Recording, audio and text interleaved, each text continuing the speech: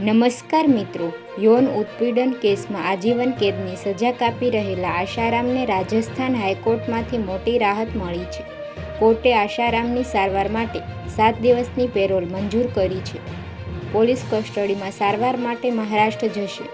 રાજસ્થાન હાઈકોર્ટના ન્યાયાધીશ justice Pushpendrasinh ભાટીની division બેન્ચે તેમની વચગાળાની પેરોલ મંજૂર કરી હતી.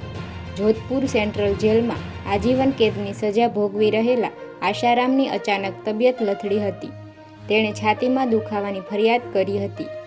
ત્યારબાદ જેલ પ્રશાસને તેને જોધપુર એમ્સમાં દાખલ કર્યો. મેડિકલ ચેકઅપ બાદ તેને સારવાર માટે દાખલ કરવામાં આવ્યો હતો. આશારામની નાદુરસ્ત તબિયત અને જોધપુર એમ્સમાં દાખલ થયાના સમાચાર ફેલાતા જ તેમના સમર્થકોની ભીડ હોસ્પિટલની બહાર એકઠી થઈ હતી. તો હાલ માટે આટલું જ. મળીશું નવી અપડેટ સાથે.